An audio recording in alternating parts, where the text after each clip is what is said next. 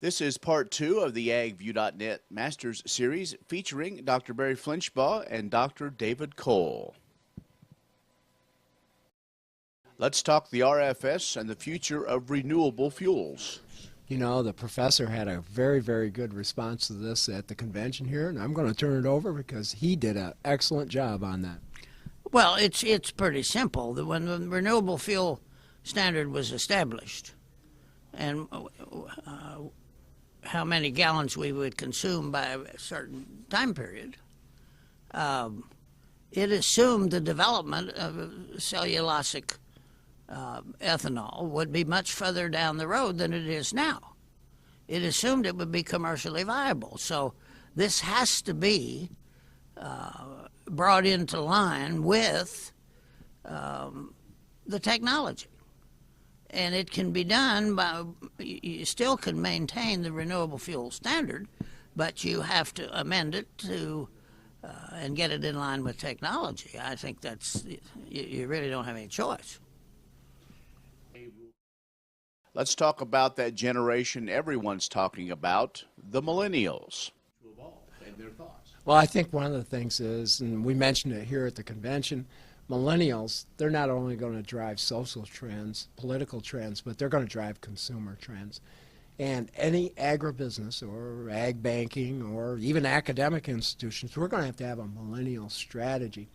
And so you look at that millennial, they're bigger than the baby boomers now as far as population size. Of course, they're very high tech, but don't be fooled. They still like the relationship and the personal contact out there. And a lot of people make mistakes on that. And Professor and I will say they're probably one of the most exciting generations to be around, particularly the good ones, because they're very lifelong learning, they're engaged, and, you know, they want to make a difference. They like, it's about productivity, but it's about productivity on their time, their place. And so those are some of the things that are going to rock and sock rural America. Yeah, they're very, very personable. And they have the right combination of empathy and toughness. It really kind of amazes me. And I noticed this change about 07 or 08 in my students. And I tend to contribute part of it to the Great Recession. It woke them up. And the degree of competence with this generation is deeper than the previous one. It's not just a few at the top. It goes pretty deep. And, you know, I say to them, you know, my generation are the baby boomers and the Xers, and of course I'm even past the baby boomers, but we've had it a hell of a mess, and they don't seem daunted by it at all. They're ready to take it on. And they're not going to put up with this extremism. They understand that that's the problem. And by the way, we just had an example of this in Canada with the elections. Yeah, exactly. Was that a surprise that young Trudeau won? No, I was pretty sure he was going to win. I was surprised that he had an outright majority, that he didn't have to form a coalition government. Over a year from now. Well, he'll have a good relationship with whoever's president. He's that kind of a guy. And Harper was kind of a tough old grouch, and really hard to get along with, and got pretty set in his ways. He'd been in there 10 years. And I don't think he would have gotten along this last several years with any U.S. president. And the Canadians recognized that. And here's another element that happened with Canada, and it's happening with rural America, or the flyover states. See, Canada's very commodity-oriented, like Australia. And when the commodity boom was going along, of course, Stephen Harper, that, you know, he was the leader of Canada, he was riding along on the commodity boom. But, of course, the commodity boom went the other direction. And, of course, Justin Trudeau, which this gentleman right here in the year 2000 in Winnipeg, Canada, said he would eventually be Prime Minister of Canada. He had that foresight to say it, and he actually told me that, no, you weren't, because I'll never forget that. And so I think every politician better be aware of what's going on around the world, whether it's the new leader of Australia, Great Britain, Canada, even down in Argentina, because that's a foreteller. And I think some of the folks get a little bit arrogant, and they're not paying attention to global trends, and they better be aware of this. The next one to go is Angela Merkel, if she doesn't wake up on some things. She'd been there a long time. And now David Cameron, some people would argue, is the exception, but David Cameron is young. He thinks different than Margaret Thatcher. And Margaret Thatcher was an excellent prime minister for her time, but her time's gone. And Cameron is kind of the new conservative instead of the old-time rigid, it's my ideology or the highway, and Cameron doesn't work that way, and so he survived. But that prime minister in Australia they elected Donald Trump down there for a while. Even with the hair. Even with the hair, yeah. Will we see any change with this upcoming congressional election? Well, interestingly, I would argue that the Senate is the only possibility of a change in party. The Senate could be up for grabs. The calendar is against the Republicans because they have more seats up. The last time the Democrats had more seats up, and it changed hands.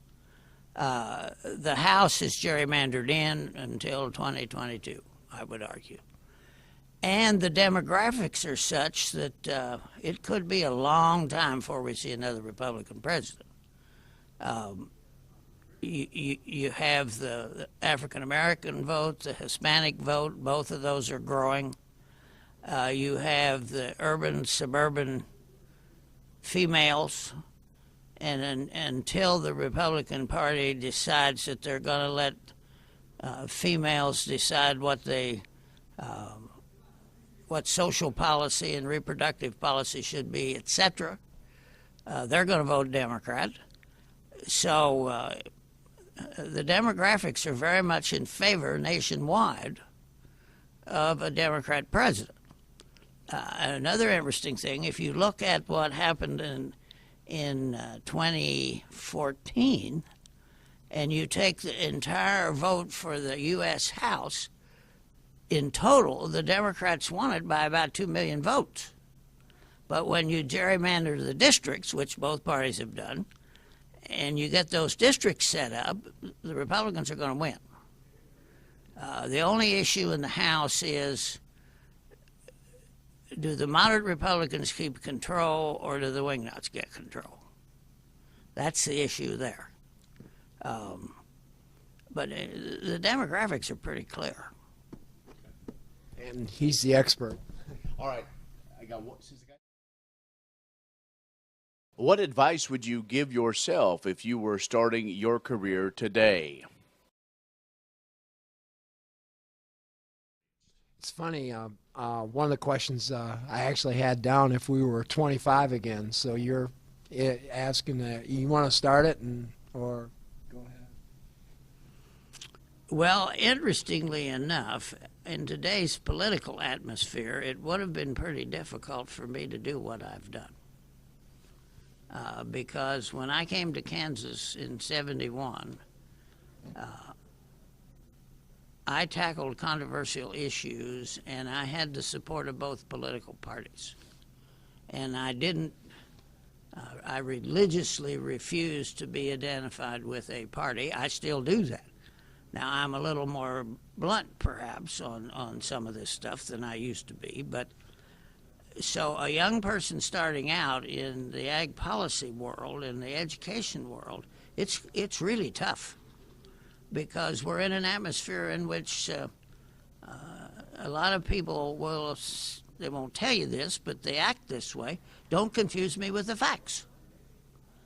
And of course, my role was I would go out there and lay out the facts. Here are the facts. Here are the alternatives. Here are the options. Here are the consequences. And then I let the body politic decide how we ought to go.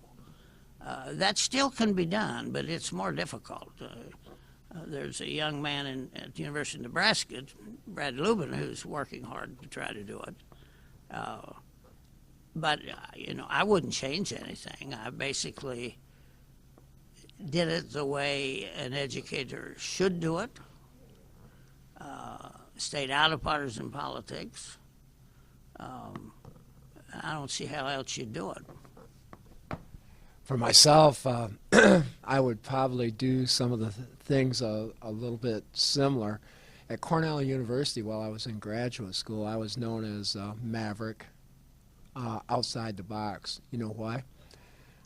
Yes, I took the economic and ag economic courses, but I was down the industrial labor relations school, in the business school, down the hotel school taking courses.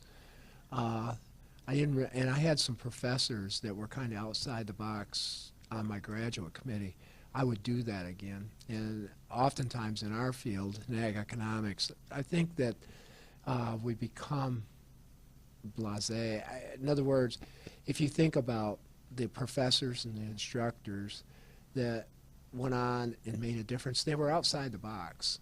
And one of the things that I would tell folks, be a little bit outside the box. Get a good mentor. Boy, I was very fortunate at Cornell.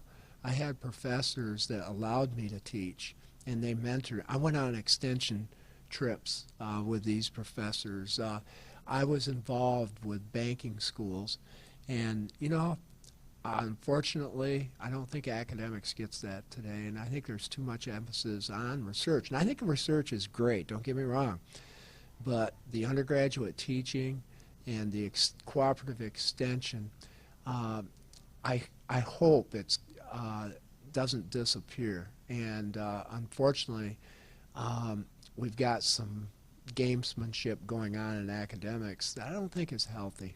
And as you said, Abraham Lincoln, he probably, I don't know if he'd turn over in his grave, but probably grow a beard. But I had to get him back on that. But all joking aside, I think sometimes we get away from the land-grant mission. And you know what the other benefit was? At Cornell, I got introduced to a number of international students. And, I used to think the sun would rise and set in Syracuse, New York. And having that international exposure for upstate New York farm boy, that was so, so critical. So,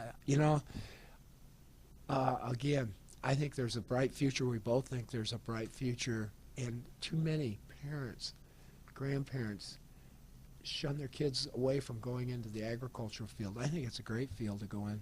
Oh, I do too. And the similarities between our upbringing, so to speak, is very close. And the mentors I had at Purdue and at Penn State and I've tried to return that at K-State.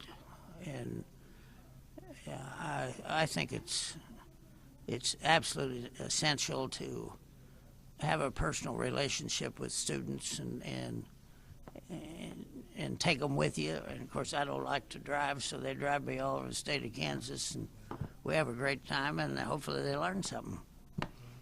And I just had one of his former students in a bank training seminar, and she was his teaching assistant, and she was so complimentary, and I hear that oftentimes. And I just hope some administrators listen to this and kind of get, let's get back to some of the focus of teaching and cooperative extension, because when we lose our tentacles out to the community, we lose, that support and that power.